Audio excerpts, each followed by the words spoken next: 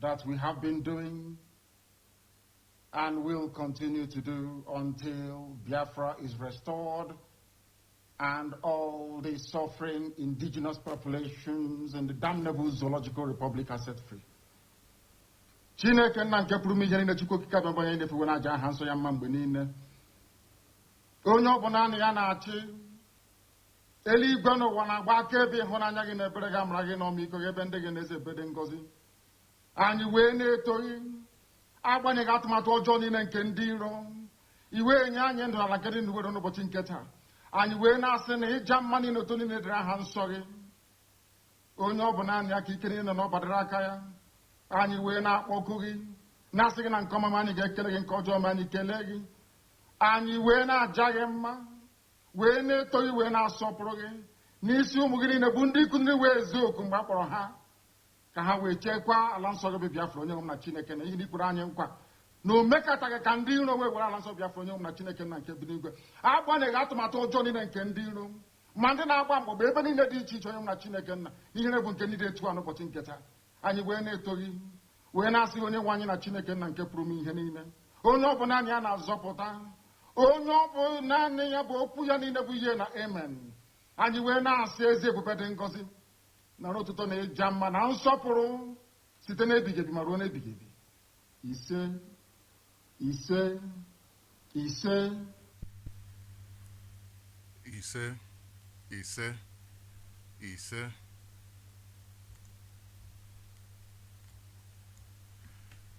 Hello, thank you for joining us this morning, afternoon, and night, depending on where you are joining us from.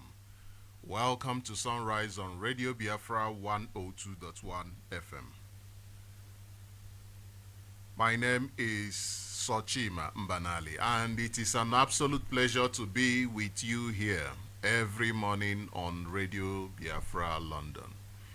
Here we seek to conscientize, here we seek to motivate, here we seek to entertain you. This is Sunrise, and we are streaming live on Facebook. We are live on Facebook on Radio Biafra as well as Radio Biafra Motherland. We are also streaming live from various apps. We have apps like Radio Biafra and IPOB Community Radio that you can download from your app store easily. You can easily download these apps from your app store. You can also join us by visiting our website on ipob.org and radiobiafra.co, ipob.org and radiobiafra.co. If you are anywhere in Biafra land and in some parts of the zoo, you can simply tune in by going to 102 FM, 102.1 FM on your transistor radio. Just go to 102.1 FM and you will be able to listen to us all over Nigeria and in some parts of the zoo. I encourage you to join us in our march to mental emancipation by sharing this information with your family and friends. Do not forget to like, do not forget to follow us, do not forget to join us on our various platforms on Facebook, Twitter, YouTube, etc. I welcome you once more to this wonderful day, this 11th of February 2024. The 11th of February 2024. And the time now is 6 minutes past the hour of 5. In the holy and blessed land of Biafra.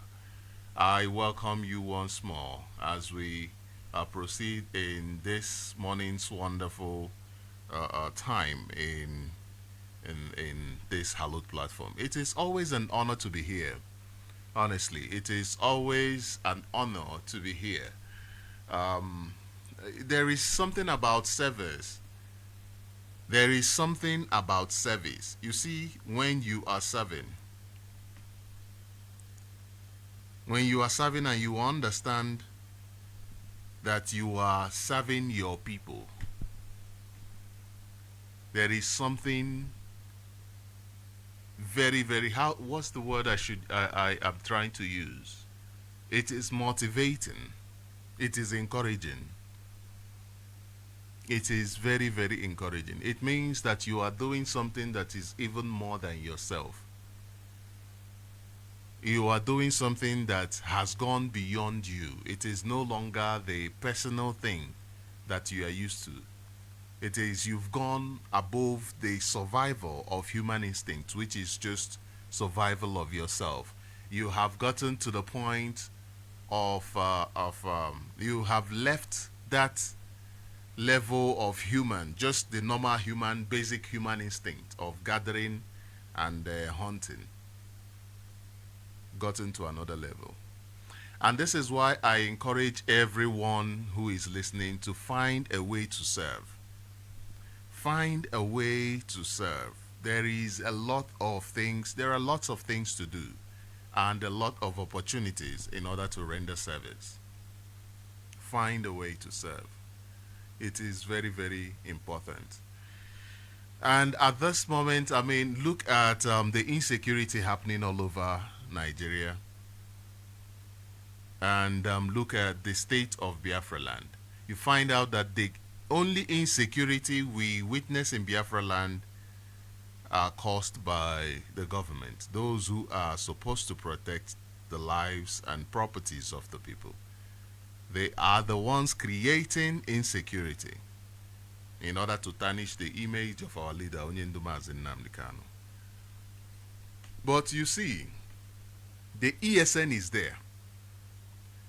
You still see that despite all of the troubles surrounding the zoo, the ESN is there, working 247, working overtime. Mazi Chinasa did say that some of our people in the ESN, they haven't seen home in a very long time, in years. That when they go for duty, they even work for hours and hours. Forgive me for that. When you look at this issue, you find out that people are making sacrifices. A lot of people are making sacrifices. And this is why Biafra must come. Because people are paying the price on a daily. People are paying the price every single day. Our leader is in DSS dungeon. For what crime? For what crime? What crime did our leader commit? Nothing. Simply because he spoke out on your behalf. He spoke out on my behalf. That is the reason why the Nigeria government went to Kenya and abducted him in 2021. And since then, they have kept him in their dungeon. Since 2021, against the rule of law, against the ruling of their own courts and the United Nations Committee.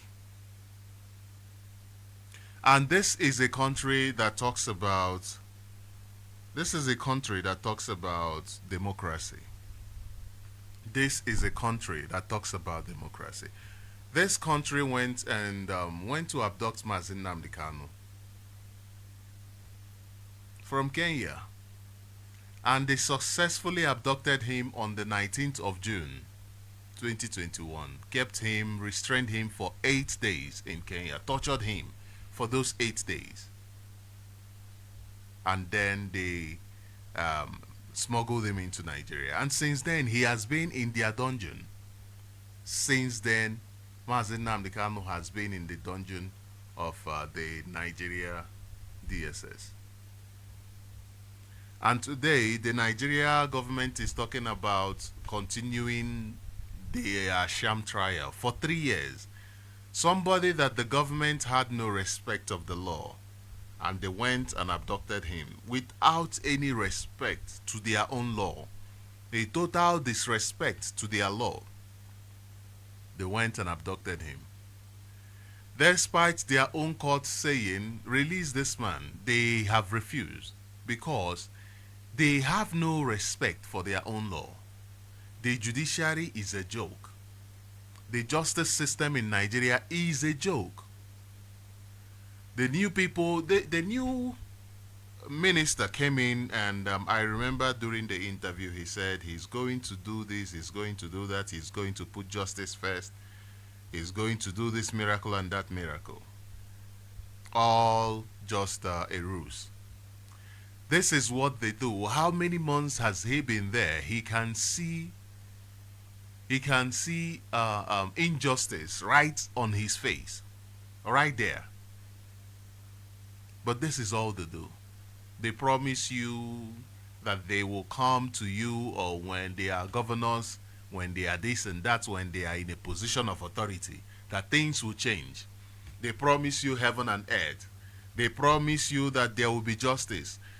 They promise you that there will be road. They promise you that there will be electricity. They promise you that there will be security. Why do they make such promises to you? Why do they keep on making such promises to you? It is simply because they understand that it is something that you need. It is something that it is proper for you to have. It is a responsibility that they owe you. Why do they have to promise you that they will do those things, when even before getting in office, they never fought for you to benefit these needs? Because these are your needs, whether they are in power or out of power. Their responsibility, if they want to serve you, they are supposed to fight for you, whether they are in power or out of power. I am not in power today, but I am here speaking. IPOB is not in power today. IPOB is speaking. IPOB is trying to make sure that you get all of these things that you desire, that you deserve. But people who are in power, they go there and they forget every single thing that they have promised you. They forget every single thing that they promised you, because they are not meant to deliver those things. Those things are just promises, empty promises, so that they can get into that position. And then when they get into that position, they will not honor that promise. Why? Because if they honor it, what platform will they use in campaigning the next time? They will have to not honor it, in fact, make it worse, to the benefit of their benefactors in Britain, so that they will keep using the same thing as a campaign strategy. In order to keep you suppressed. Therefore, I am calling on Nigeria government to release Mazen Nnamdi Kanu, because he committed no crime.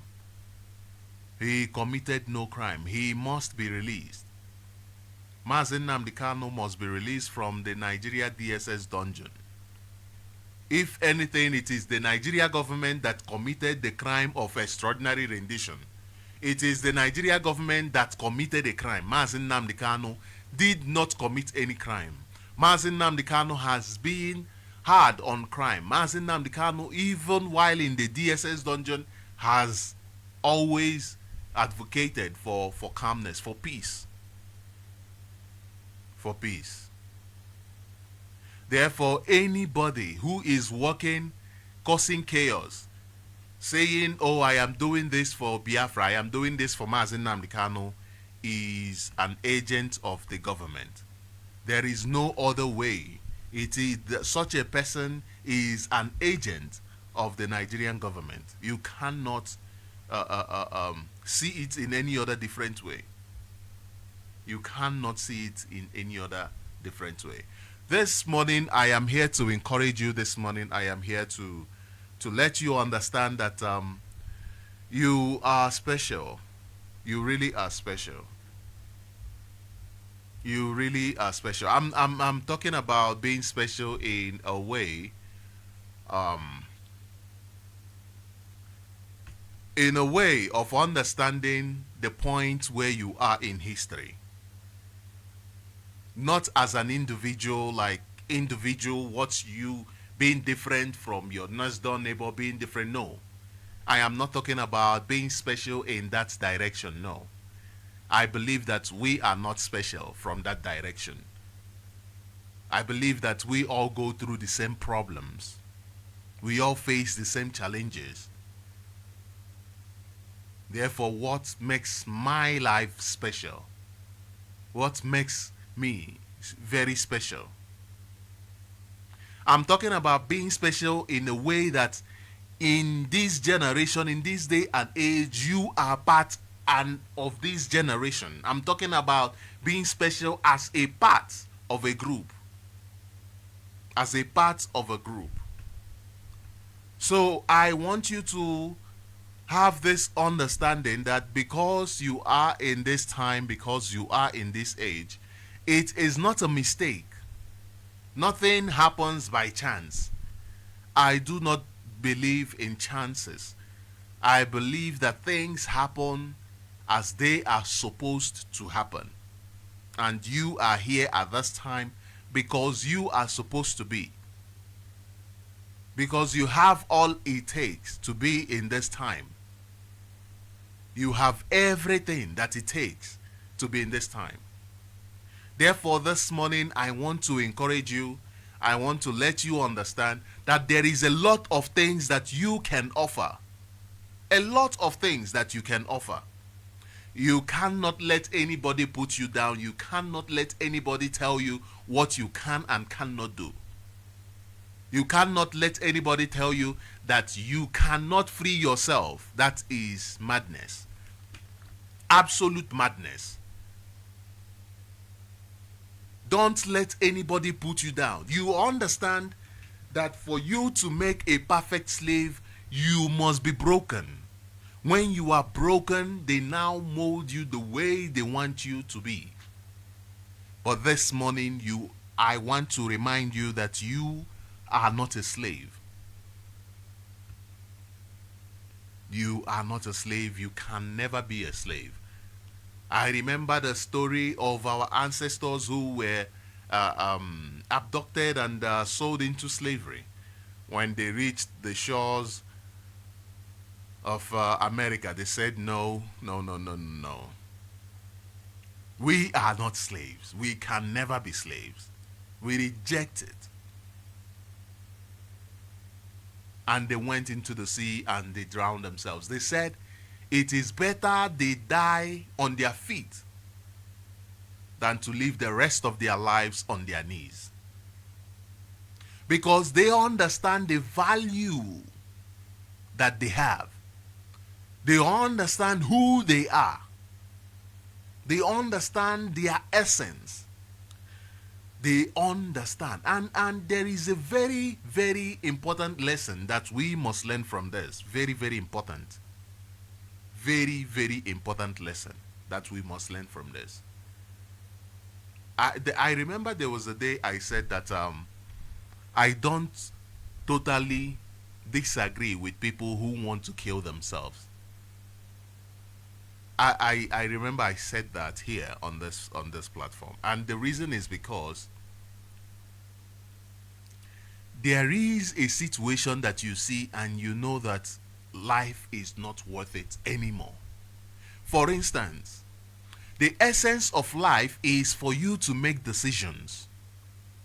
The essence of life is for you to make decisions. That is why when life, to measure life, it is by somebody's brain activity. If somebody's brain is active, for instance, when a baby is born and the baby's brain is not active, what happens? For instance, when somebody gets into an accident and the person comes out with the brain non-functioning. For instance, when somebody's brain is infected and is rendered inactive, you see life has been drained away from such a person. There is no more life in that person. There is no more life in such a person. Such a person stops being human being. Stops being. Because it is that life, that activity of the brain. And it is that activity of the brain that makes us make decisions different from the decision of our brother, different from the decision of our sister, different from the decision of our parents. It is that activity in the brain that also makes us question tomorrow, question yesterday. That activity of the brain that allows us to be human. That is what life is about. I remember saying that if God did not want us to make decisions, and if he wanted us to wait for him, he would not have given us the mind. He wouldn't have given us the mind to make decisions. He would not have.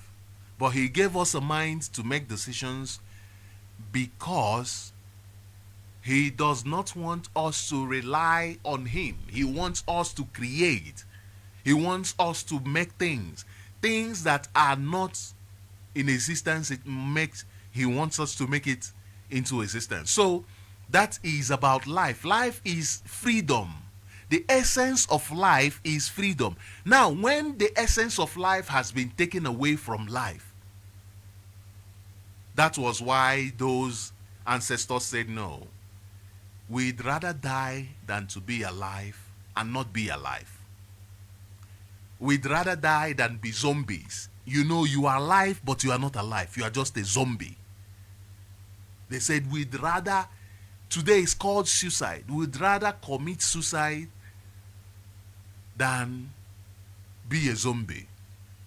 It is very unfortunate that this day people are wasting something so precious for things that have no meaning.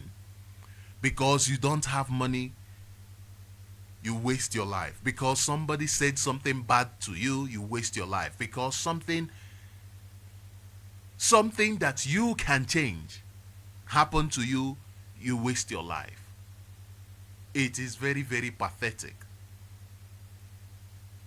It is very pathetic. The only situation where somebody will say, you know what, I will go on a suicide mission.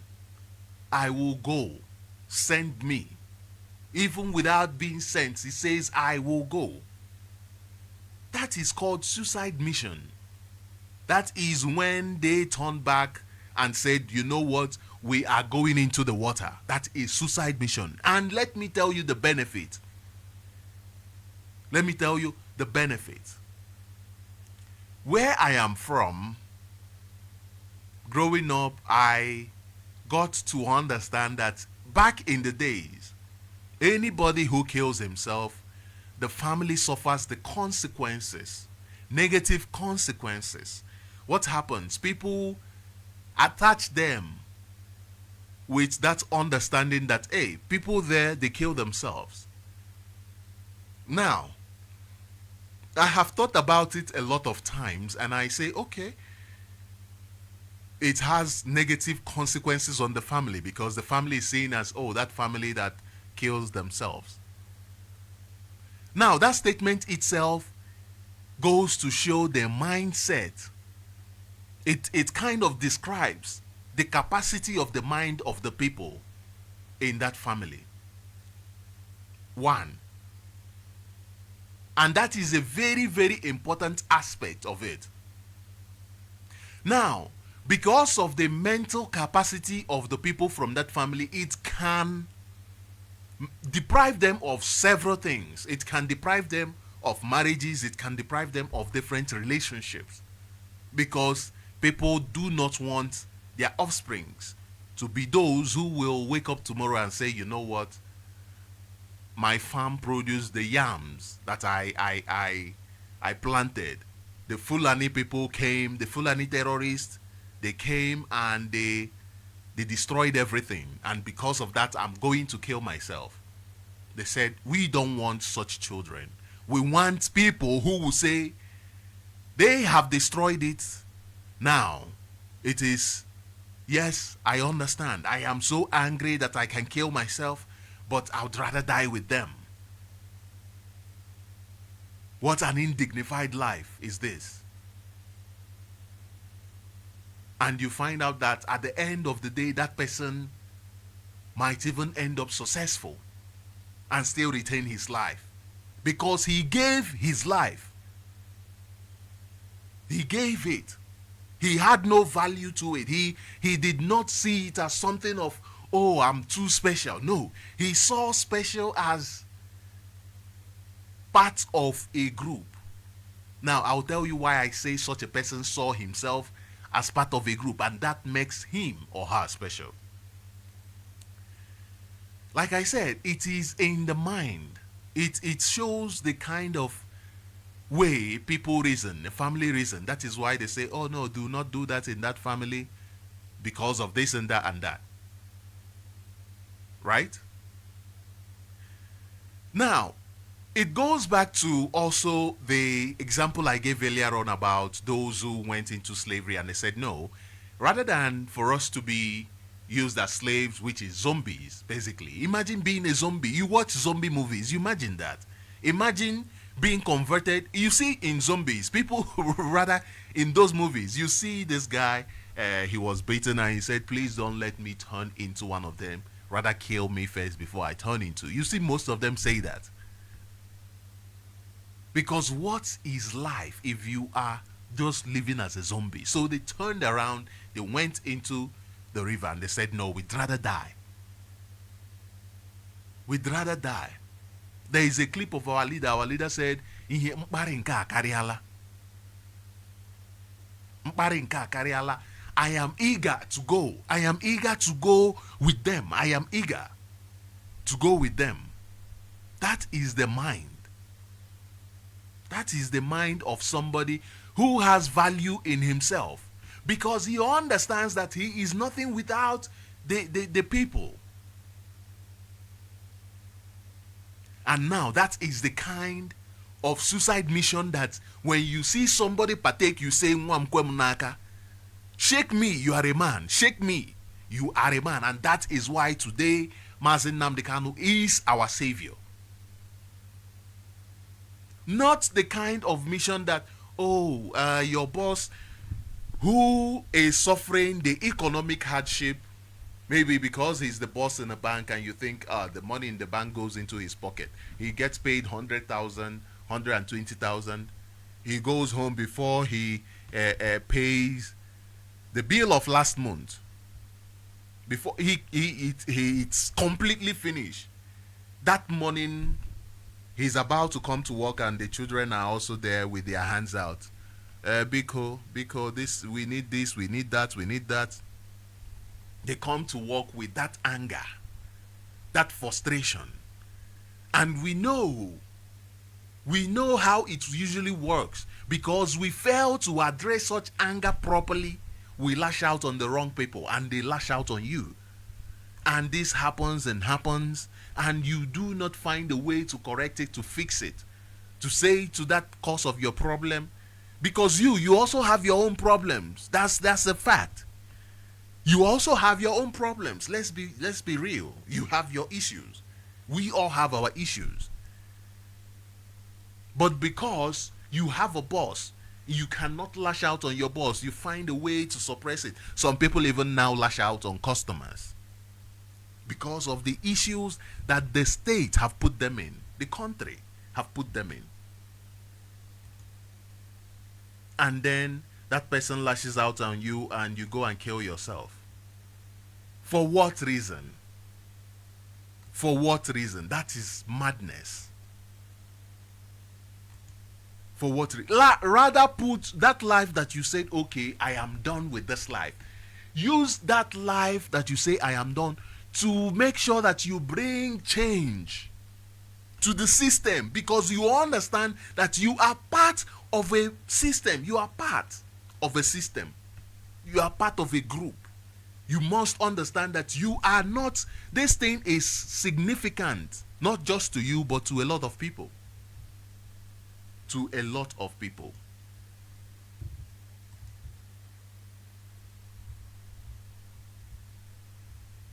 And then, when we look back at the minds of those our ancestors who went back and said, no, we cannot tolerate this. when we look back at their minds, what do you see? You see people of integrity, people who know the value of their lives. And let me tell you one thing it does. When the enemies, they hear, hey, they start asking questions. Where did you bring these ones from? We don't want to waste. Nobody wants to waste money. Nobody wants to go into a venture that is just a waste. Nobody. They will say, we don't want to go back there and take those people who would rather kill themselves than be servants, who would rather chop off their heads than be slaves. Who wants to go into that? In this day and age, I even wished that they did not just go back into the river. I wish that even after they did that, that the next people, as soon as they land, they find, for as long as possible, for a year, they keep looking for opportunity to be able to, in fact, not looking for opportunity to kill the those who have taken him as slaves. Not just opportunity to do that and run away. No, opportunity to die with them. You find out that when you start thinking like that, they become afraid of you, because they know that you understand the value you are placing. You are making your child put value on his life. Nobody should be able to just molest you and get away with it. And you say, forgive them, for they do not know what they are doing. And tomorrow they do it again to you, and you say, hey, forgive them, for they don't know what they are doing. My friend, that means your life is not important to you. That means the life of your children is not important to you. So this morning, I want us to celebrate life. I want us to celebrate life. I want us to celebrate the importance of life. Celebrating life is not about eating and drinking. No.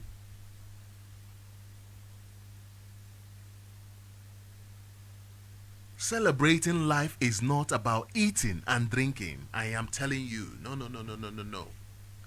Celebrating life is understanding the value of your life. When you know your worth, nobody will tell you otherwise. Nobody will tell you this is your worth. No, even if you feel like I am worth this much and somebody else comes and say, oh no, you are worth this, you will not believe, because you know yourself. Nobody can tell you about yourself more than you. Nobody can tell you about yourself more than you. Knowing the worth of your life is not about saying, because I want to live very long, I cannot defend myself. That is absolute nonsense. When you want to live long, you defend yourself. When your enemy says to you, I am coming to you today, you say, Ngwano, in fact, I will meet you head on. I will meet you head on, because you understand the importance of your life. You even go and wait. You go, you find Nkoro, you go and wait on the way, saying, okay, today, I am ready. When you know the value of your life, you are ready at all times to defend it. That was why our leader set up ESN, because he understands the value of life. Sacrifice also means that you understand the value of your life.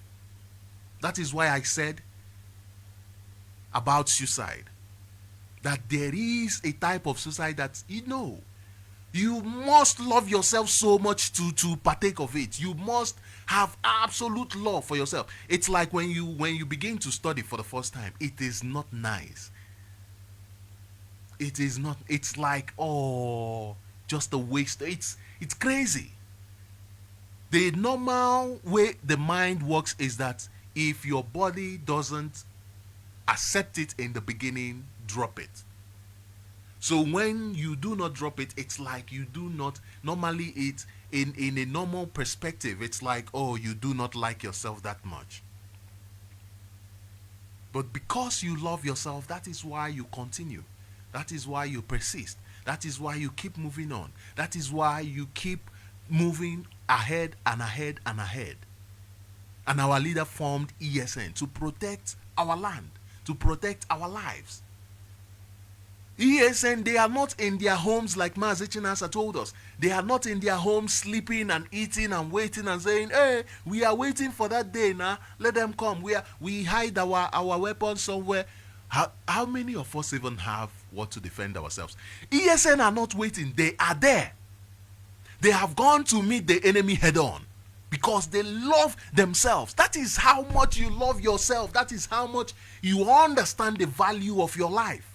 Today, people are being called support the struggle, and it is as if it is something that people should be begged for. I like what the people in Enugu State did, and I encourage them. You cannot allow somebody to love your property more than you. How can I have a land and you come from Futajalon, you come from wherever, and you say, oh, I'm there to take over your land, which means you have no regards for me. You don't see me as anything. You don't see me. You don't see the consequences of trying to step on me. You think I am nobody. You have no value for me. Because you have no value for me doesn't mean I shouldn't value myself. No. It doesn't mean I shouldn't value myself. I must then show you that, hey, I have values.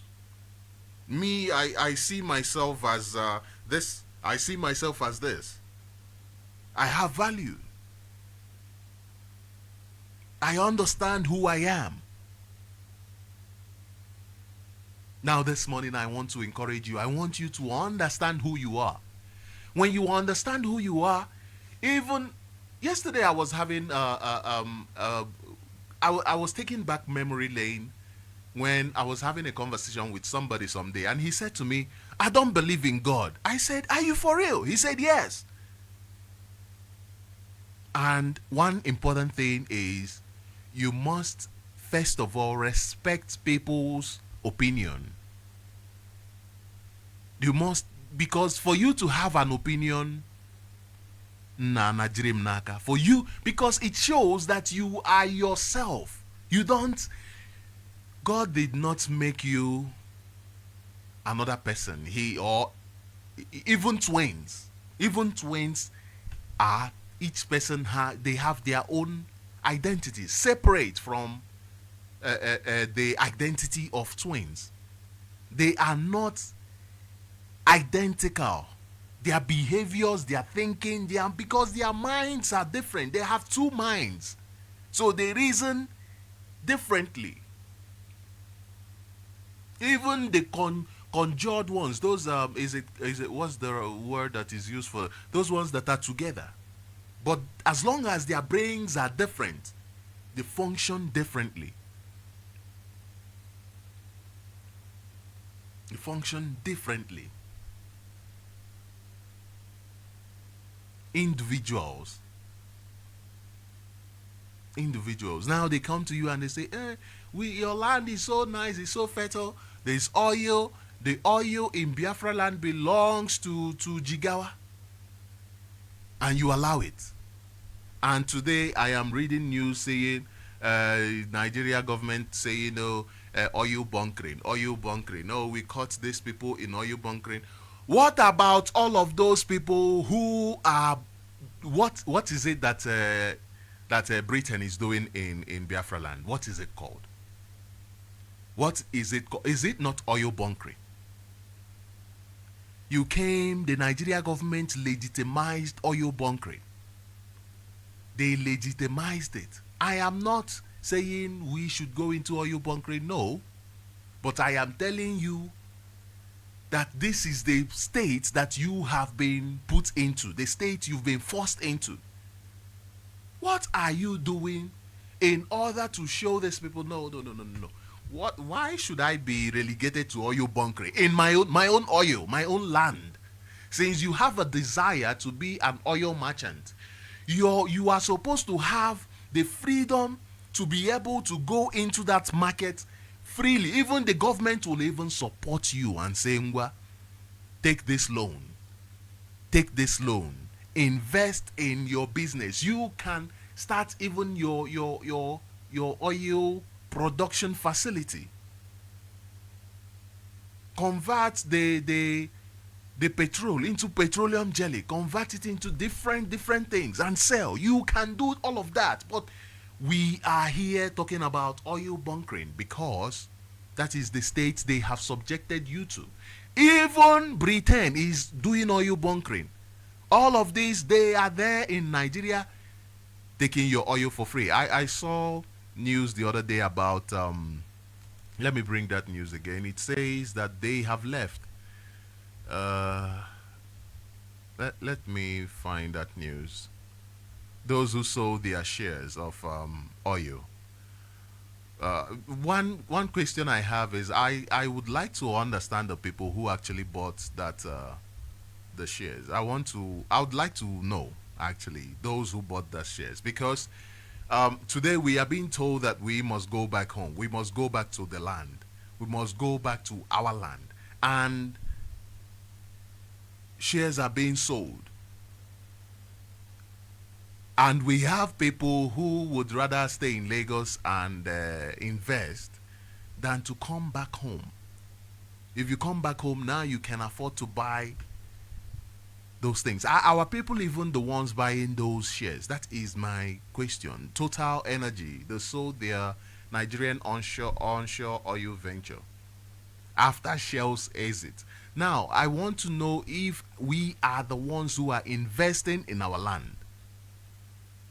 Because there is no point that we jump up that Total, they sold and what have you, oh, they've left. But have you asked yourself, who is it that is coming? Who is that one that is coming? Are you the person that is coming home? Because when you take it, you are coming home. Or is it also maybe they sold it to Belgium, or they sold it to somebody else without your consent? And the trouble continues. Somebody who could even be worse. And the drama continues. No. So our people must look into all of these things and make sure that we do not allow others who do not love us more than we love ourselves to take our land and its resources. Take our land and its resources. Now imagine, like I said, the impact of those who stepped into the water and said, enough is enough. Imagine if they said they just declared attack on their enemies. Before their enemies even told them, hey, you people are being attacked, they declare attack on them. Imagine if that was to be the case. What would have happened? Declared attack on them and said, yeah, I know I do not have strength, but this is unawares. I'll take you unawares. And they take them unawares, and you never know what might happen. You never know what might happen. And then tomorrow nobody will tell those people to go to that village again or that place again. And when they stop everybody have this mindset. Have this mind. That is why even the Fulanis, they try to make you afraid. They say the death of a Fulani is a what is that? A debt that you will always pay, just to make you afraid. Just to have you told them this, not just telling them. Have you showed it to them that hey, your life is not more important than mine. If you kill one person, we will take 20 heads from you. So that people understand that you also value your own life. Nobody's going to come and kill you and you just allow that person to just get ahead with it. Get ahead with it. I read the news this morning that made me say, let me just talk about life a bit. I know life is very very interesting. sometimes it's so interesting that we forget that we really we don't own anything. All of the things that we run around saying, oh, we want to do this, we want to do that, we really do not own anything. All we can do is manage the resources that we have now in order to provide, take care of ourselves, and give a future to those who are to come. For those who, today is Sunday, some people will be going to church. For those who read the Bible, there's some place it says you must take care of the land, till the land, the responsibility of a man. I'm talking about human. The responsibility of a human to take care of the land. To take care of the land is not farming and all of that. No, it is to take care of your environment, your neighborhood. When we are talking about security, it is the responsibility of every single one of us to ensure that our land is safe. That is taking care of the land. I always say that a book is a book. It depends on how you understand it. And the fact of the matter is that the understanding that has been inculcated into our people is warped. It's just crazy. Using that book. But you can even use that book and change the minds of people. First of all, before you change the mind of people, it is important to take them historically to the history of this. Let them understand that, first of all, this book was written by this person and that person, edited by this person and that person, done this. This is the kind of effort that's been put in this, so that the person also understand that, hey, this is also a work of somebody. It didn't fall from heaven. This is also a work of people like myself, like you. It didn't just fall from heaven. No matter what it's told about it, no matter the recordings there, whether it is true or not, that one is none of your business, because it is a reported speech. How do you really validate a reported speech that, oh, I saw God, God came to me? I can also say to you that I saw God and God came to me. Why must you doubt me? Why? What proof do you have that he did not come to me? The same way you don't have any proof that he came to me, in the same way you don't have any proof that he didn't come. So just take it as a reported speech. It is not your experience. That is where fact comes into place. Fact is your experience, what has been verified, that you can verify yourself. You can do 1 + 1 = 2. It's been verified by somebody, and now that verification door did not close. It didn't say, oh, grace has closed, or this has closed, or this. No. Didn't say, oh, the time of the prophets has gone. What are you telling me? You had an experience and you are telling me today that I cannot have the same experience. What are you telling me? Is it that the stratosphere has changed? Did the air change? What are you telling me?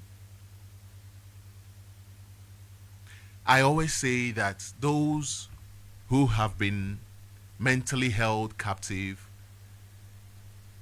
it is easier for them to receive treatment from that ground, the place where they have been, how should I say it? If you can be able to have pastors who are reasonable, who are rational, who are ready for information, because reasonability comes by accepting, being ready for information. When you are ready for information, it opens up your mind to analyze whatever information you get. Information cannot come to those who are not ready for it, because it can come to you and you still not recognize it. Therefore, it is not information. You haven't been informed.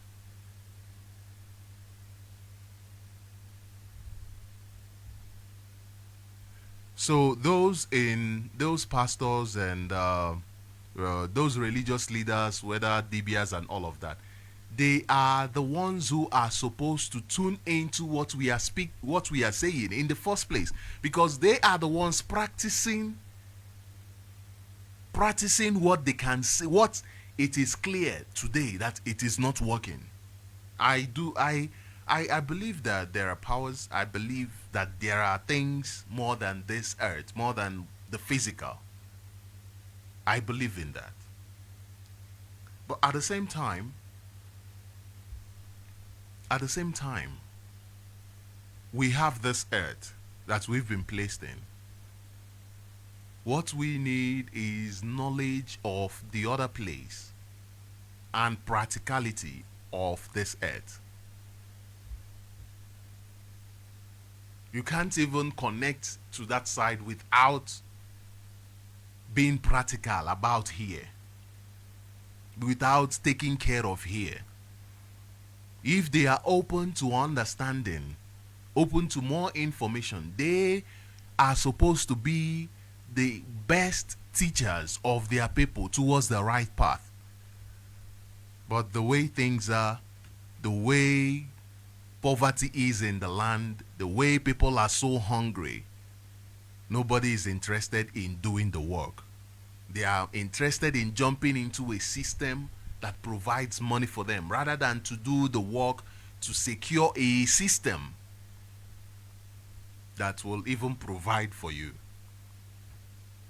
Do you know the benefits of emancipation? Mental emancipation is so much. It's so much that when you arouse the consciousness of those people, that money you think you are making will become nothing compared to the kind of money you'll be making. If the Nigerian project was managed properly, with the kind of resources the country have, you have so much. Once you are intelligent enough to convince people the way you sit people down, your 1,000 audiences and whatnot, and convince them, you can use that understanding, that wisdom, to be productive and to own even your private jet. But Nigerian system has created people who do not have any value for themselves. People who have no value for themselves. Now let me read a bit of news. As we bring this, as before I open up the line, let me read a bit of news. This is from Sahara Reporters. It says, Tinubu wants Nigerian armed forces avoid acts that can destroy democracy we enjoyed in last 20 years. I want to read this again because this is really funny. It says, Tinubu wants Nigerian armed forces avoid acts that can destroy democracy we enjoyed in last 20 years. This is very funny. This is very funny. This is somebody who went in there through upturning democracy, just destroying democracy. He bastardized, he vandalized democracy, this man. And he's telling them the zoo is funny. What is happening in the zoo is just chaos. it's just chaos.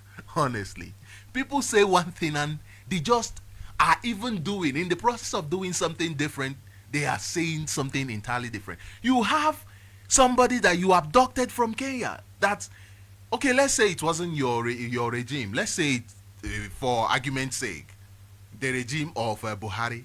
A government is supposed to be a continuation. You even continued it. We don't even have to say it, government. You continued holding him captive. You continued the legacy of Buhari by holding an innocent man captive, thereby destroying the fabric of democracy, which is expressing yourself, putting people in authority because you want to, having that freedom of speech, freedom of self-determination.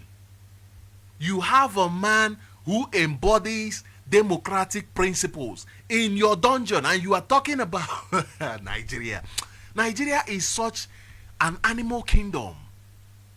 An animal kingdom. Look at the World Cup, sorry, AFCON that is being played. I don't watch it. I don't even know what's happening. But yesterday, some people briefed me on what has been happening. And they said that the goalkeeper of Nigeria, he was at a point being threatened by some South Africans who felt that he's working in South Africa, therefore he should have allowed some goals. He shouldn't have saved goals the way he saved goals. And I laughed and I said, yeah, sports, it's very interesting because just like the ancient Rome did, they use it to strip people of their rights. They use it to strip people of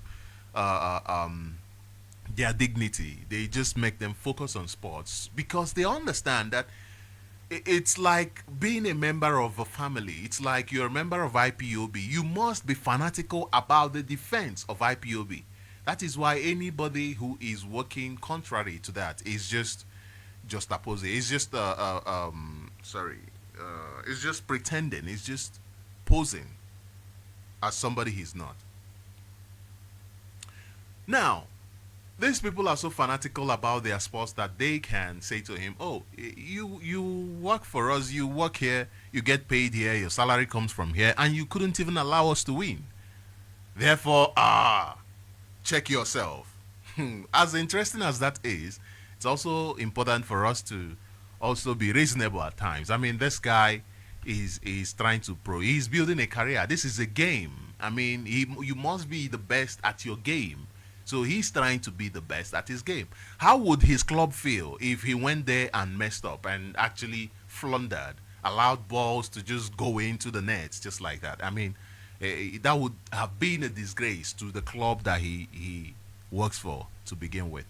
So football is it's a uniting sports should be it's a uniting event, but at the same time it's a blinding event, a uniting event and a blinding event. And as it is going on, it is very, very important that we use it as an atmosphere to send our messages, rather than look at what Nigeria is using it for. Nigeria is using it to promote their public relations.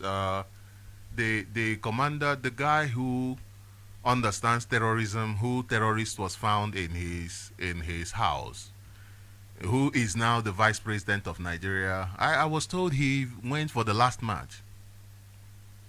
I was told he went. What do you think they are doing? They are creating public relations. They are creating publicity. What are you doing? What are you doing? Are you creating, how are you using the Ivory Coast AFCON for publicity? How are you using it to promote your struggle? How are you using it to tell people that you are being maligned? You are being killed?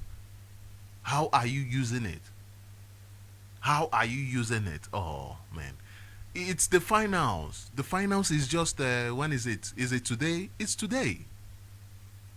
You have an opportunity to tell the world, nah, I have value for myself. Rather than be thinking, oh, if I do this, the repercussions. If you don't do this, what about the repercussions? Have you thought about the repercussions? People are coming to kill you, take over your land. Have you thought of the repercussions of that? You are here and your president who held an innocent man in the dungeon is talking about the democracy that they have enjoyed in the last 20 years. The democracy that has allowed terrorism to grow. The democracy that has emboldened, that has even paid terrorists, that has opened up, made you a sleeping, a lying dog, just there waiting to be killed. That is the type of democracy. The democracy that has taken away power from the people and given it to some criminals.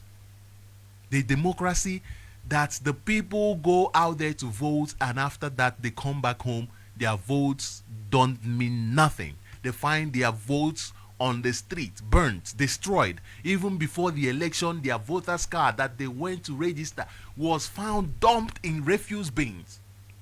Dumped in refuse bins. And your president, who is engineering that destruction of democracy, is coming out to tell you that, hey, you have been enjoying democracy in the last 20 years. And Nigerians are silent. And Nigerians are silent.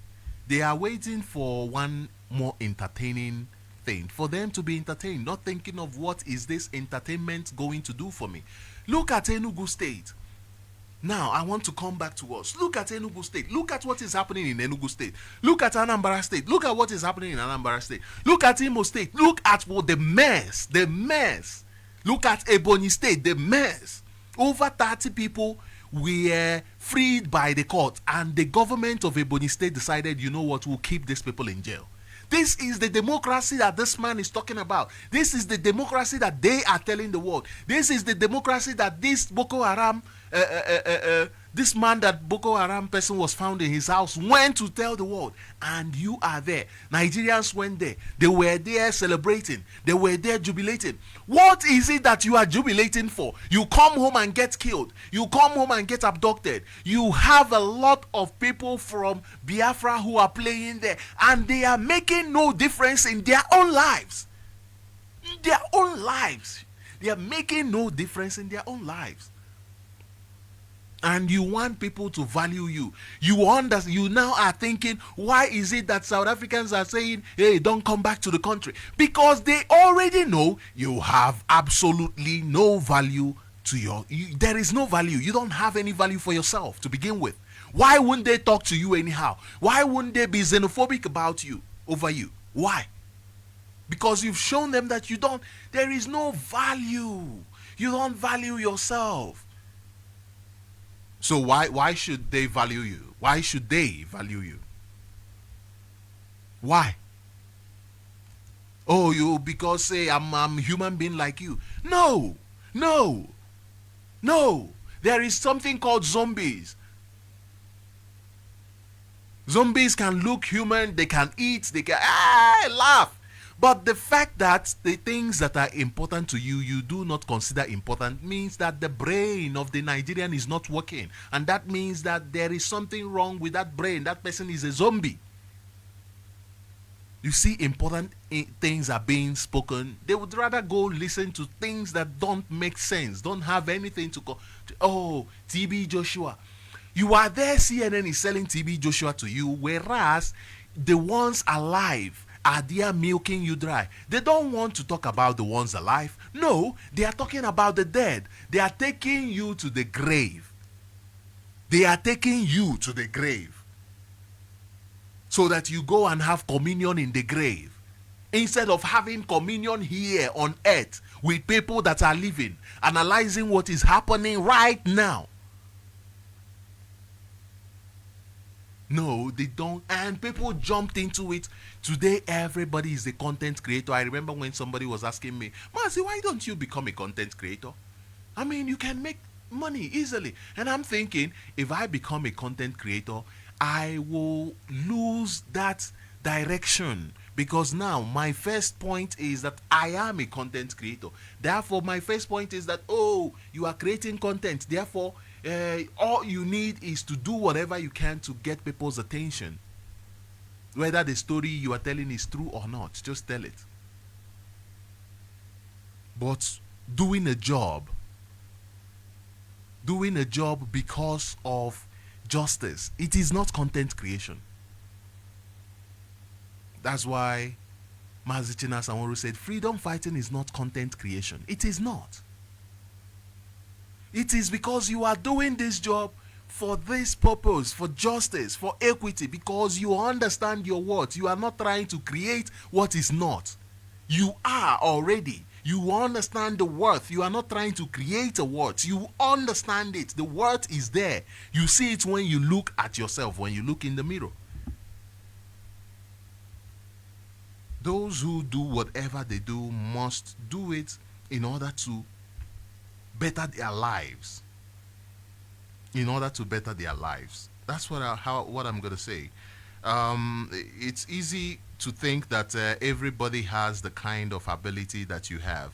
Believe you me, it's easy to think that way. But not everybody has that type of ability. And with the way things are so bad in Nigeria, it is understandable that people want to make money. It is understandable. Believe you me, people's needs must be met. People's needs. That is why it is called need. The need to eat, the need to take care of yourself, the need to take care of those around you, it must be met. But while we are meeting that need, let us not forget that we are humans, that we have value. And then put in your message. Let it go in small, small, small. Let people not even understand that you are sending a message. Send in your message. Look at Nigeria movies. The line is open. You can call in right now and say some words of encouragement as well as what is happening in Nigeria. Look at the president of the zoo talking about the rule of law, talking about democracy, whereas they are the ones breaking their own law. Whereas they are the ones breaking their own law. Look at Enugu. People are being slaughtered and the government is busy trying to bring in those who slaughtered his people. And tomorrow he will say to you, I am not aware. And tomorrow, the excuse they will give, one flimsy excuse or the other. The line is open. You can call in and have your contribution to this conversation this morning. The number to call is +27 78 064 5457. I repeat, +27 78 064 5457.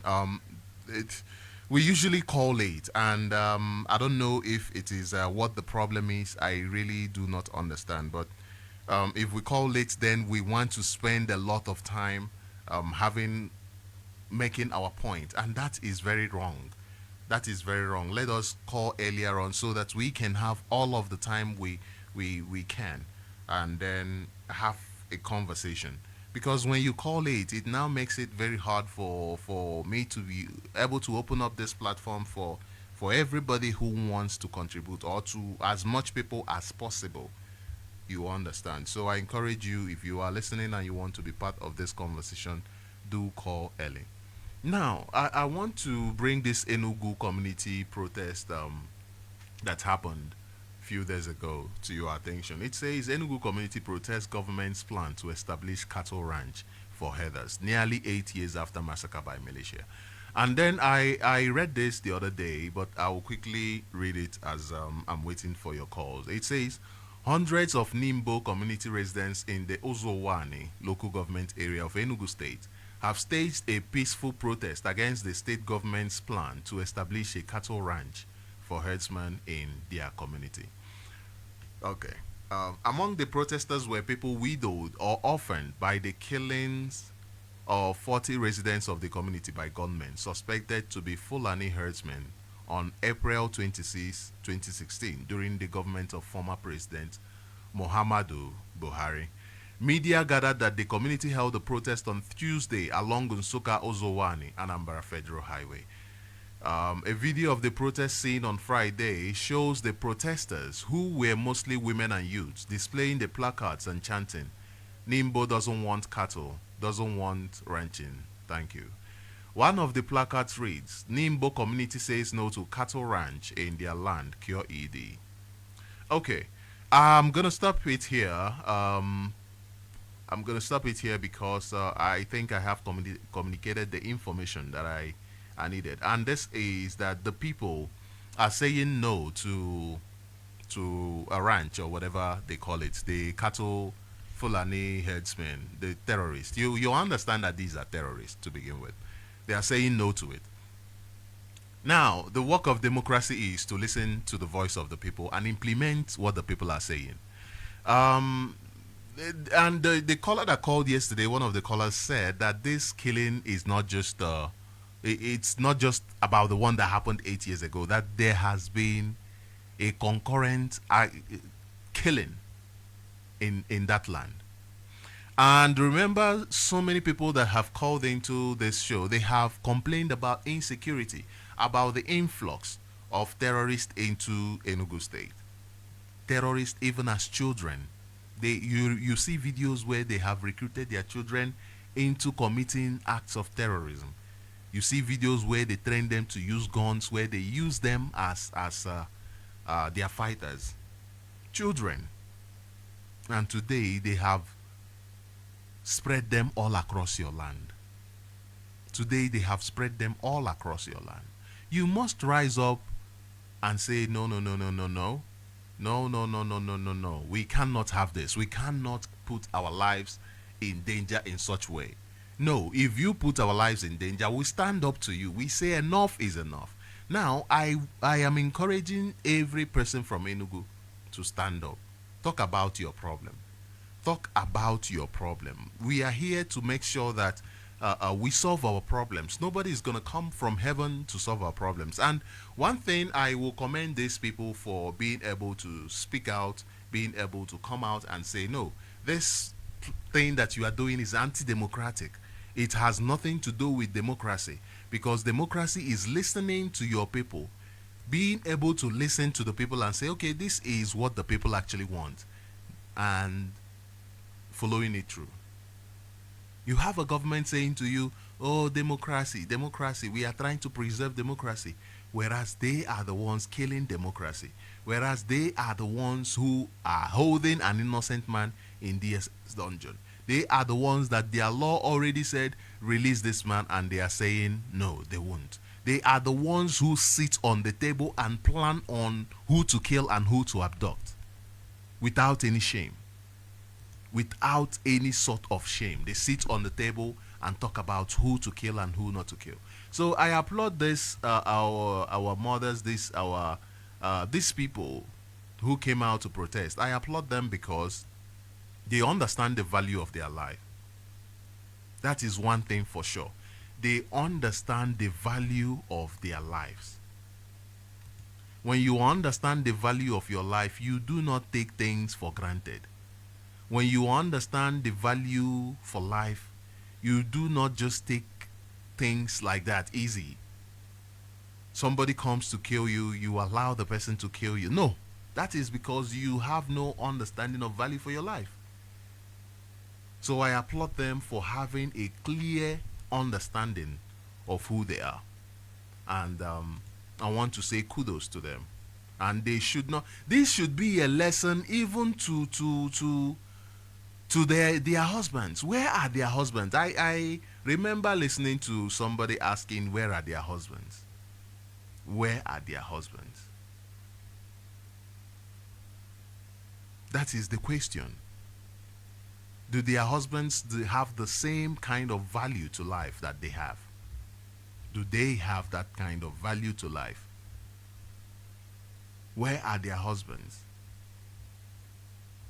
It is time for all of us to understand who we are and to rise up to the occasion.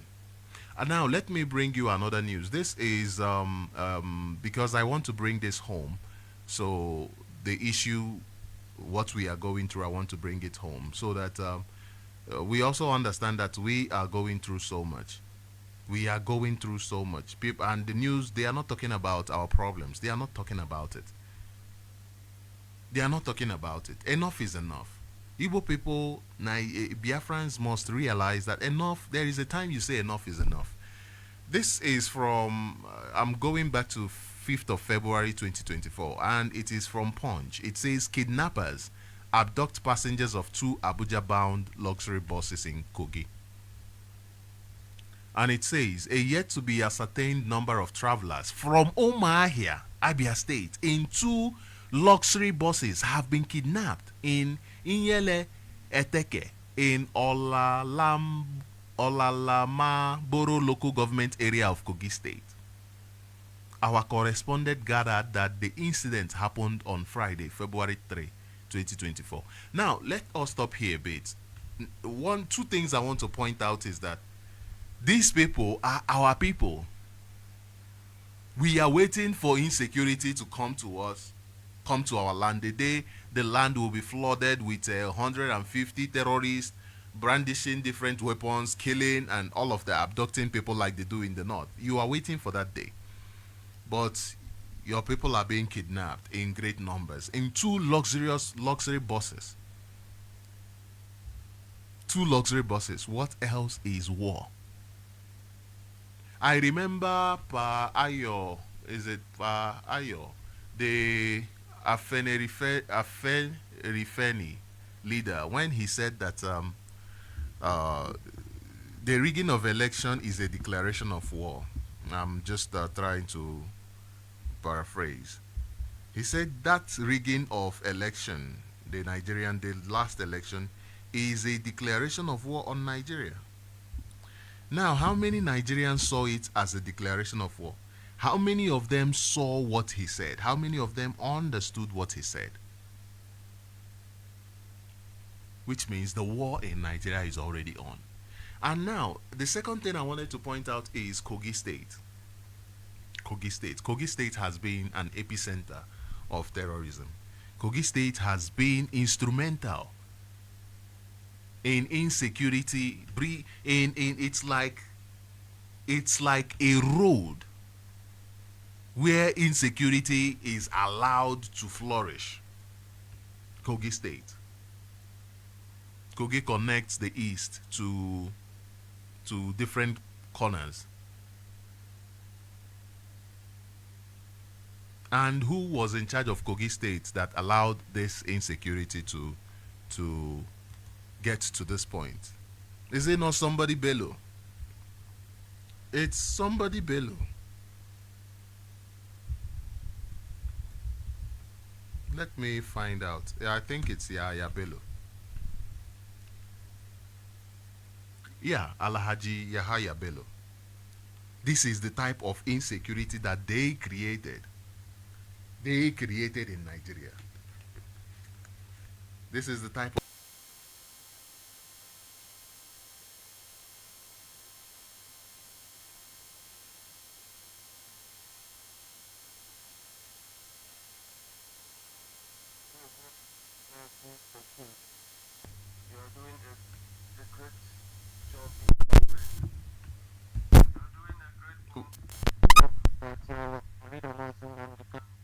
do. My name remains Mazi Obasi Ejike. I'm calling from blessed land of Biafra. Our leader remains Mazi Namdo Chukukano, Ahamadike one of Biafra land. Biafra is our religion. On this hollow platform is where we worship. Eze Chukwoku Biama, that God out that give our fathers strength to defend this land in 1960-70 when evil people gang up to destroy our land. Chukwu ahụ ka anyị na-esekpuru. Mazi, what you are saying this morning is, I remember during time of our fathers when they wake up in the morning by 7 o'clock, wanted to listen to Nigerian news, that is 7 o'clock news. The way they always sit down and resting. That is what you are doing in our mind. Remind us some certain things. So great Biafrans, we are talking about Nigeria. I want to ask every one of us that's resting on this hero power from this morning, where is our leader? Where is Mazi Nnamdi Okuchukwu Kanu? If you said you know where you are, ask yourself why Mazi Nnamdi Kanu is in there. Why? Ask yourself, why must he be in there? If you ask yourself this question and answer it, you know what you're supposed to do.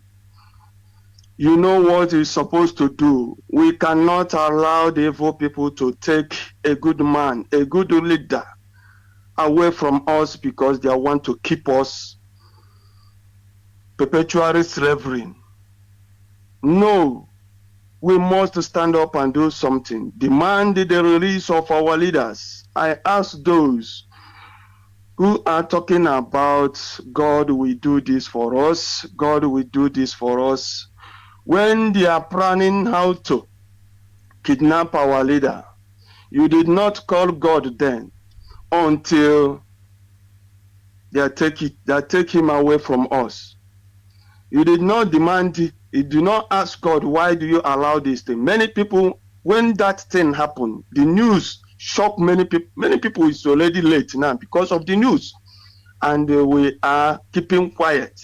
Fulani are telling us we cannot do nothing. we must do nothing. In Nigeria, there is something I notice in Nigeria. If you are a good man, you are nobody. But if you are evil man, Nigeria will know you and they will praising you. If you are drug pushers, if you are organ harvest, Nigeria will know you and they will worship you. They will be tapping blessing from you. Because Nigeria wants evil to continue.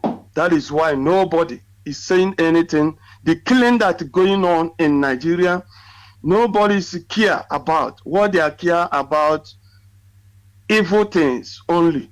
For those I asked question the day there was shouting about the Nigeria win South Africa, I asked them, why are you people like this? Why you people don't want to talk about your problem? Why you people are keeping quiet?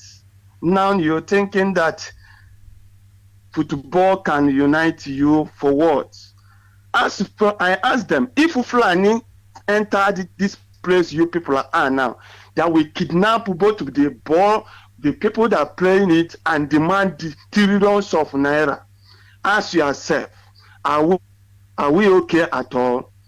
So great Biafran, we are not Nigerian, and we can never be. Our culture is not the same thing. The reason it is not the same thing, please, demand. The only thing I want our people to know is this. Nigeria can never allow us to go in peace. The way people are talking about it. The way people are talking about it, telling us that God will do the thing in times come. No, we must shake this. This is zoological. Again, our fathers tried very well to defend themselves, but we cannot continue. We cannot continue like this, defending all the time. No, I ask our people, please, why are we shifting everything on the hand of our leader, Mazi Nnamdi Kanu, is in? So what we should do, know that what he created and you know what we're supposed to do and unite ourselves. I'm asking you again, Biafrans, why our leader created ESN? Did our leader created ESN to go and praying, talking that God will use Bible and Warumbo, or God will use this one and take away our problem? No, there is nothing like that. We men must stand up, and when you talk about stand up, when you stand up, the God of our land will be with you, because we know our hands are clean. Why we are suffering? Because we don't like injustice. An Igbo man, a real Igbo man like Mazi Nnamdi Kanu, because the Nigerians and the whole world does not know that a true somebody who rejected the money can come out from Igbo people. They didn't know. They was surprised and said, how? Because we know these people are money mongers, money lovers. Why must Mazi Nnamdi Kanu be a different man? And he trained the men who are ready to take the bread for their motherland. And we are here talking about people who don't value us. What they are valuing is come and give offering, come and give tithe, come and give this thing. I asked them, when the God created us, give us eyes and the reasoning, did he collect money from us? The answer is no. So we, as a people, our people have died enough. We have put sacrifice enough. Our blood has been shed enough. So it's time to say no. We must. There's nothing can come up in Nigeria. Please, great Biafrans, you know how we lost men during the time we are talking about Fulani must leave our land. But now they are using government that created that insecurity. They are using them, bringing them in the night, early morning, small boys,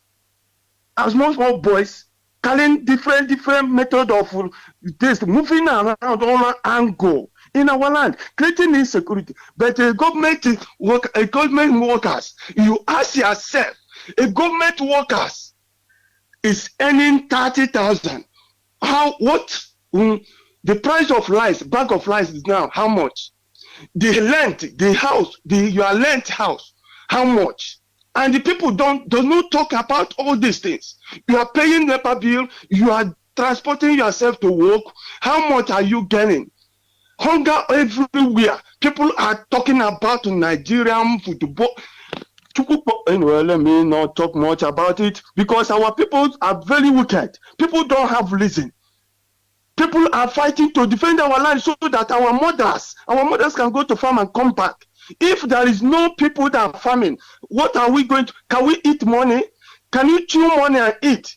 The answer is no. We know what we're supposed to do. I tell government, let them remove all these Fulani killers. Those people who are supporting them, shedding them away from our land. Let us know who are causing this thing. Now we understand that the problem we have on our land is the federal government who failed to release Mazi Nnamdi Kanu after he defeated them on angle.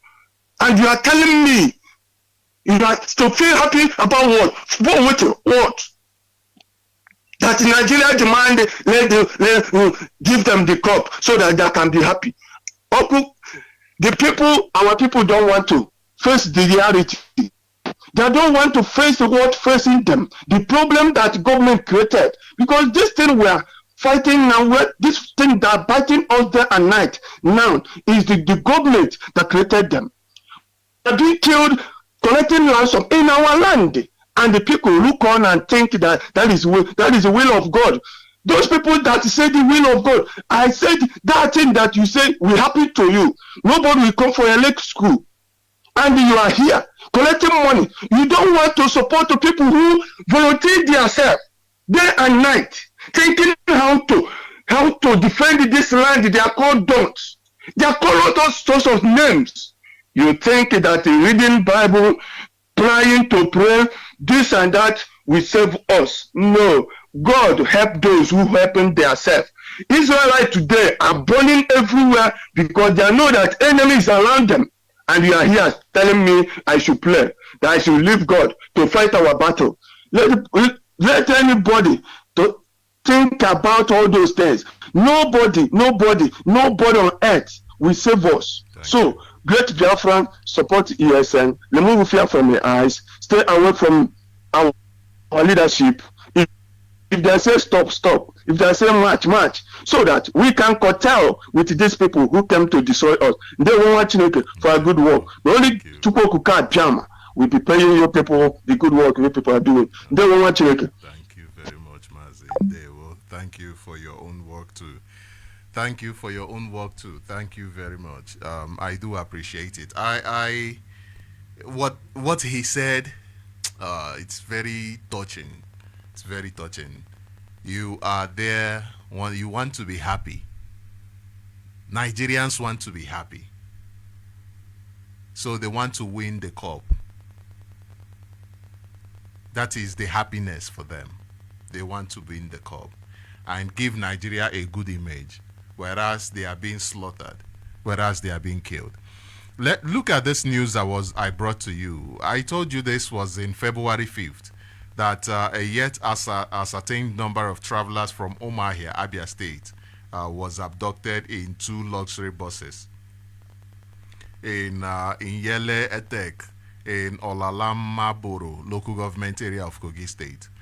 Our correspondent gathered that the incident happened on Friday, February 3rd, 2024. A social media influencer, Chude Nnamdi, who broke the news on his X handle, said that the 2 buses belong to GIG and ABC Transport. That is God is Good Motors and ABC Transport. Chude said that his wife was in one of the hijacked buses but could not ascertain the number of persons in the 2 buses. Okay. The Kogi State Police Command, while confirming the incident, also could not ascertain the number of people in the buses. So this is what happened. People were kidnapped. 2 buses was kidnapped. 2 people in 2 buses. People in 2 buses were kidnapped, right? And these are our people. These are our people kidnapped by this terrorist. Now, let me give you another news. This is from Sahara Reporters, and it is dated February 10, 2024. This is just a week, 7 days after. The other one was February 3rd, that the kidnapping happened. Now, this news came yesterday, February 10, just 7 days after. It says, gunmen kill bus driver, kidnap all passengers coming to Southeast from Lagos, abandon little girl. Okay, let me read this for you. If this doesn't make you angry, I don't know what else will.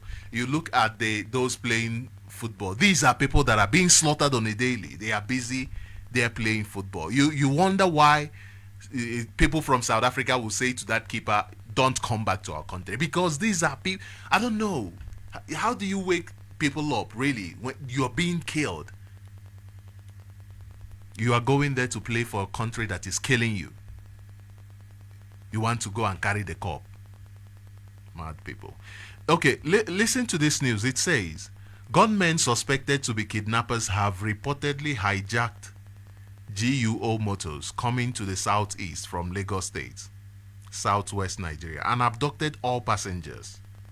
The kidnappers reportedly killed the driver of the bus and left the little girl behind after kidnapping her parents alongside other passengers.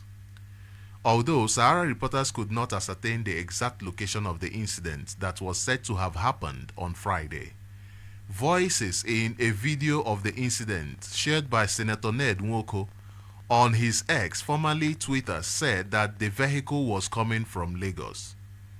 In the video seen by Sahara Reporters on Saturday, a voice said, "This bus is coming from Lagos. We stopped together at Akure and ate."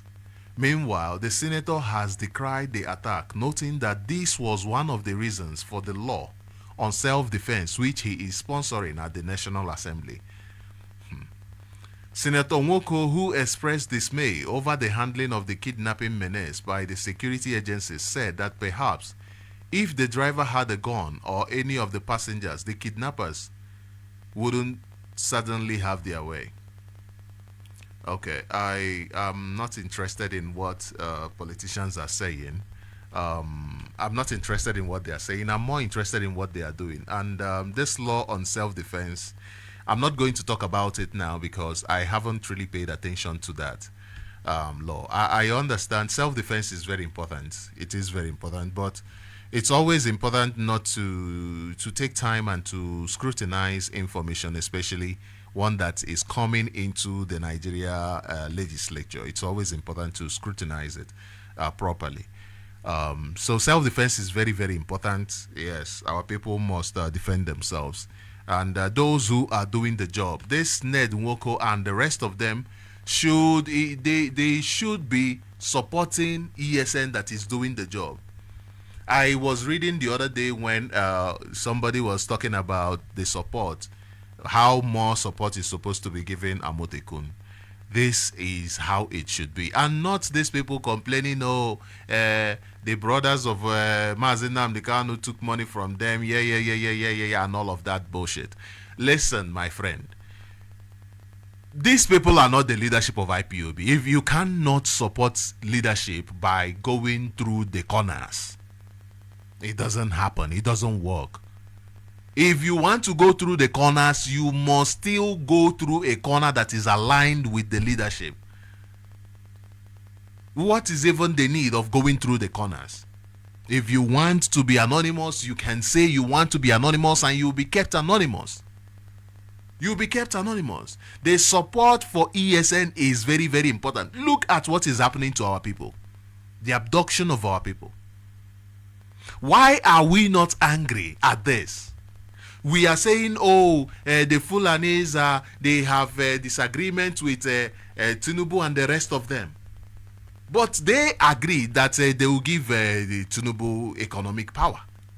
What is it that Tinubu is doing that is not part of the agreement that they agreed on?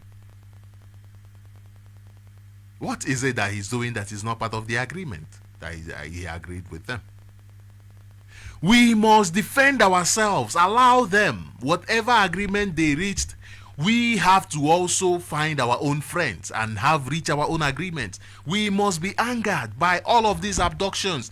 These are our people. These are our men, our women. Imagine that our baby, imagine, that was left alone on the road. Her parents gone. How do you traumatize people so much? How do you traumatize babies so much? Imagine the effect of that trauma on that baby.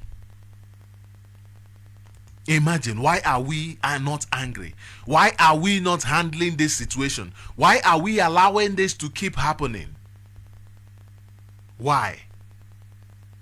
I was reading this news, how Access Bank boss, Herbert Wigwe, foresaw his death. And I said to myself, who in Nigeria doesn't have any idea of their death? What are people doing?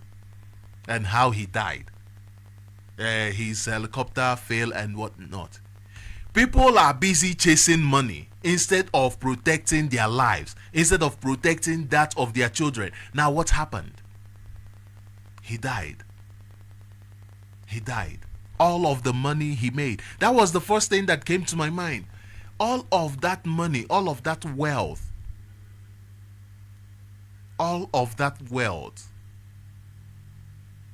just what is now happening? He died.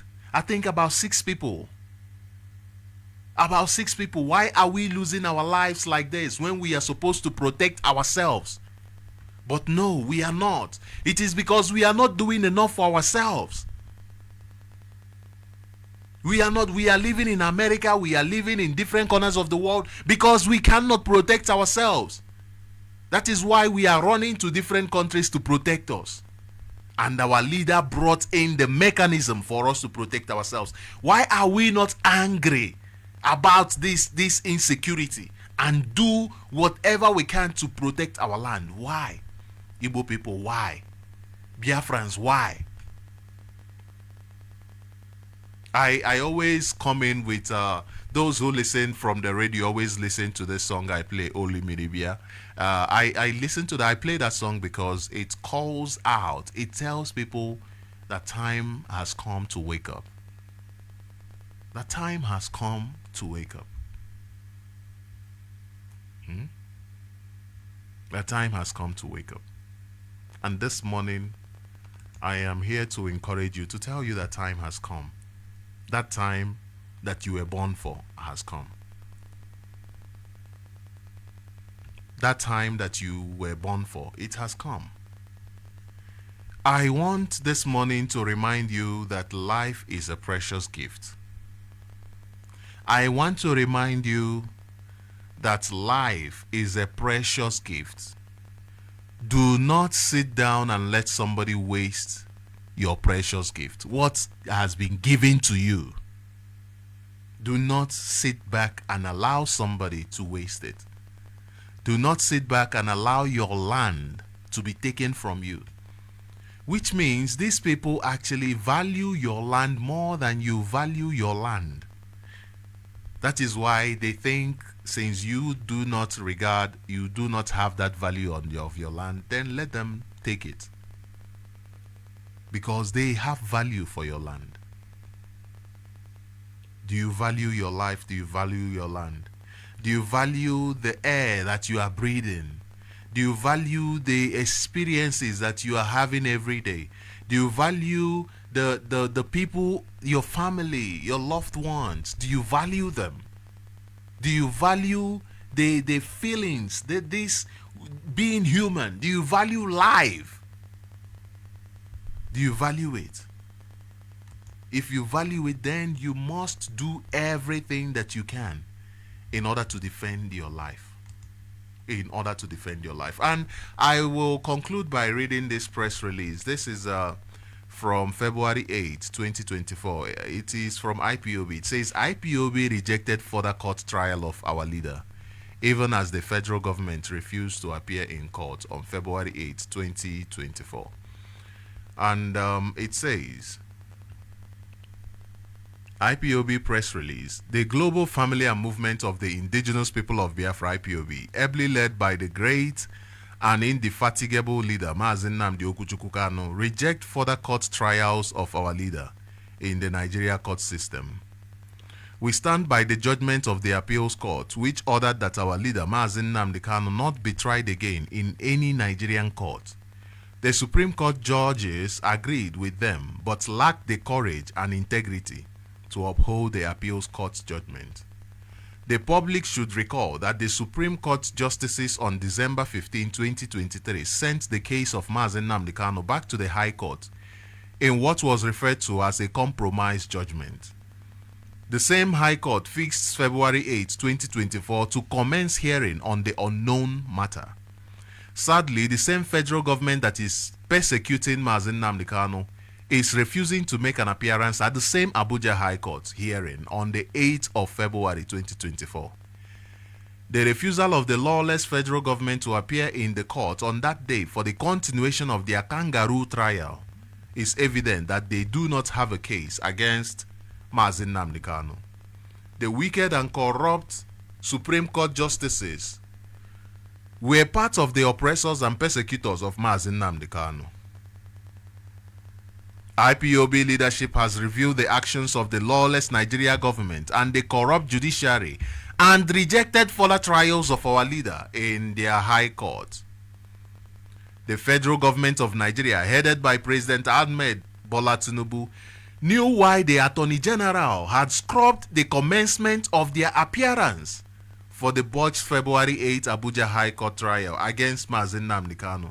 They know very well that they have no case against him. They are utilizing the weak and bastardized instrumentality of the law in Nigeria to detain and persecute him indefinitely. The wicked persecution of Mazi Nnamdi Kanu and other innocent IPOB members will continue to destroy Nigeria's image locally and internationally. President Ahmed Bola Tinubu must release Mazi Nnamdi Kanu unconditionally because self-determination is lawful domestically and internationally. President Tinubu must now continue with the ethnic bigotry.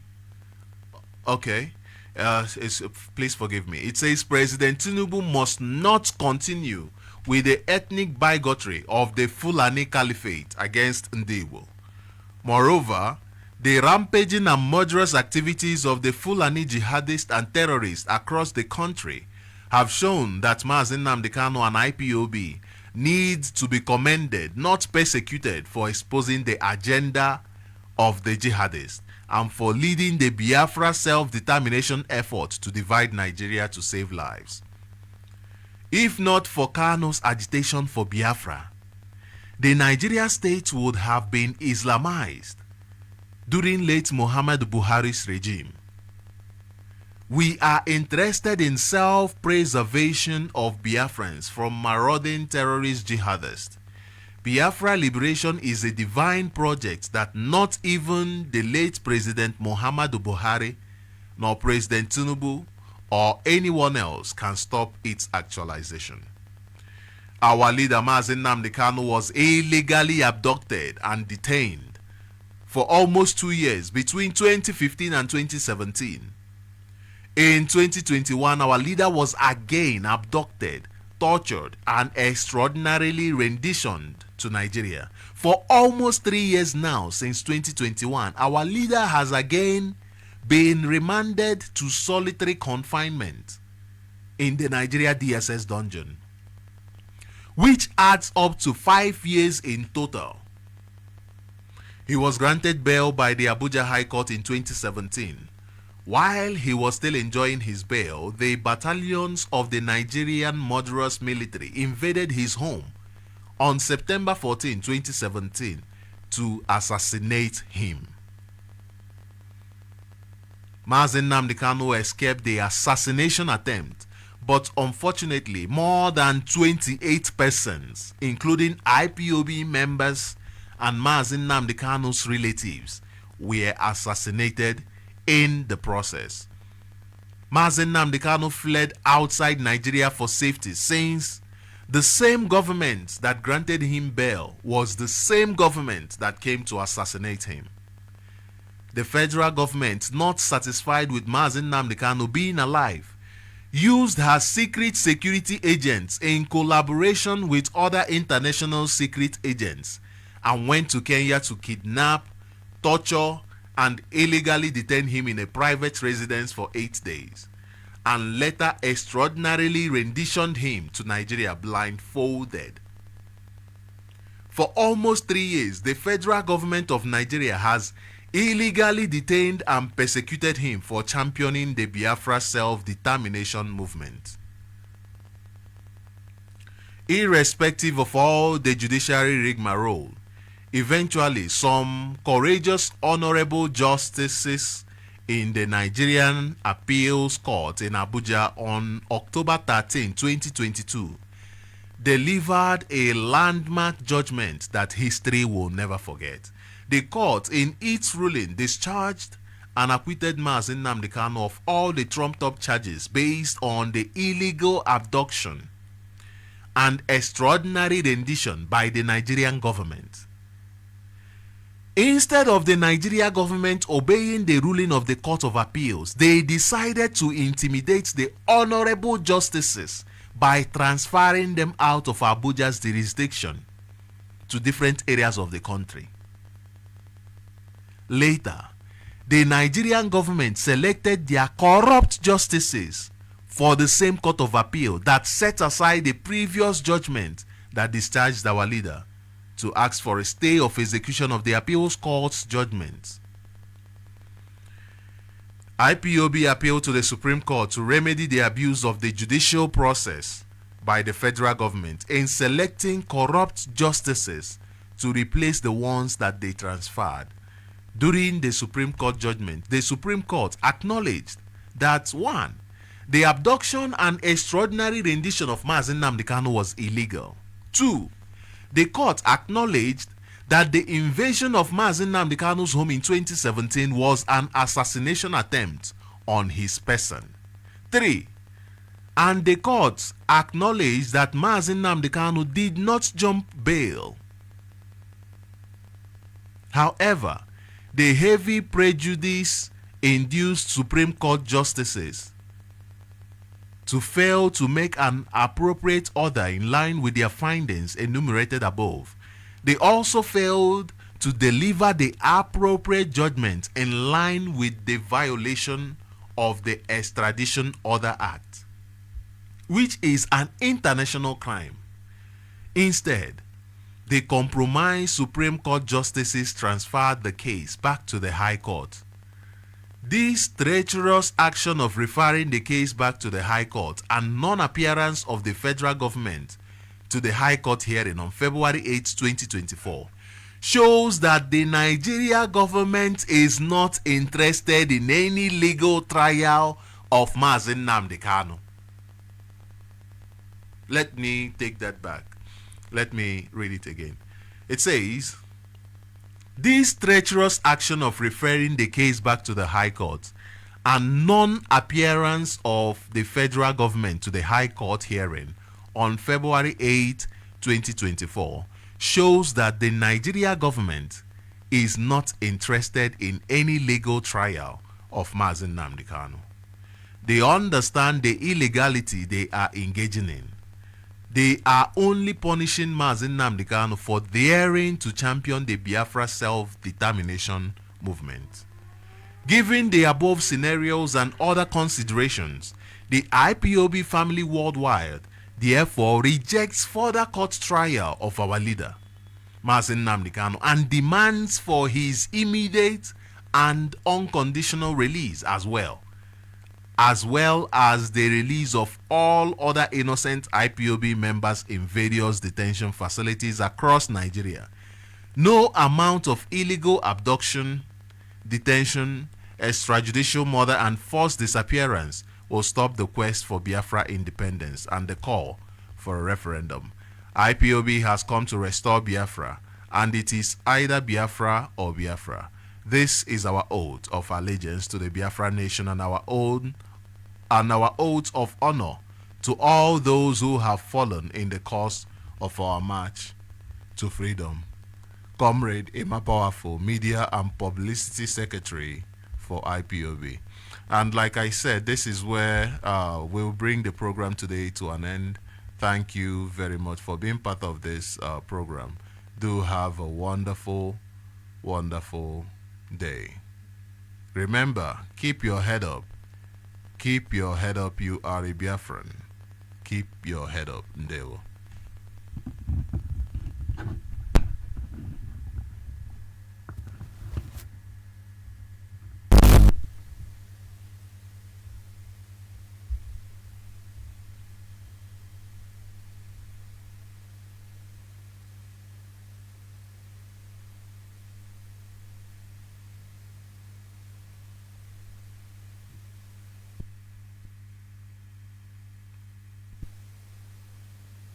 nchi iwu osote onye isi n'obodo Naijiria ọ mgbe m nọ n'ụlọ ikoni ka m ga-etinye ha n'aka akwụkwọ si ha agaghị m emezi Biafra ọzọ, unu bịa ka mgbara unu odibo ka ndị ọzọ si agbara ha odibo. Ha rịọrọ m njụ nsị na aga m ahapụ nwere onwe m n'azọ kwee n'ihi ndị ya niile maka ọdịmma nke ha nwa na nke ụmụ ha ma nke ụmụ ha ga-abịa, n'ihi na agwara m ha okwu m si ha oge mgbe Zik a na-agwa Zik mgbe ọ na-eji ike na-akọwara Zik si ya na ebe ị na-aga n'ụzọ adịghị ya, ọ na-efe isi kpakakpaka mba ọwọ Naijiria ka anyị gaa n'ihu ka anyị gaa n'ihu. Lekwa ọnọdụ anyị n'ụbọchị nke taa na-akọwakwara ndị ya sị ha ihe azụ ike mere mgbe mbụ tinye anyị n'ụmị anyị nọ n'ime ya n'ụbọchị nke taa ọkwa ihe nwa na-eme ka edo ụzọ nwanne Nnamdị Kanụ si na-eme ya na-emeju ya. Unu kọwara m ka m ghọta na m sị ma unu arụghị ogbe nke abụọ gafere River Niger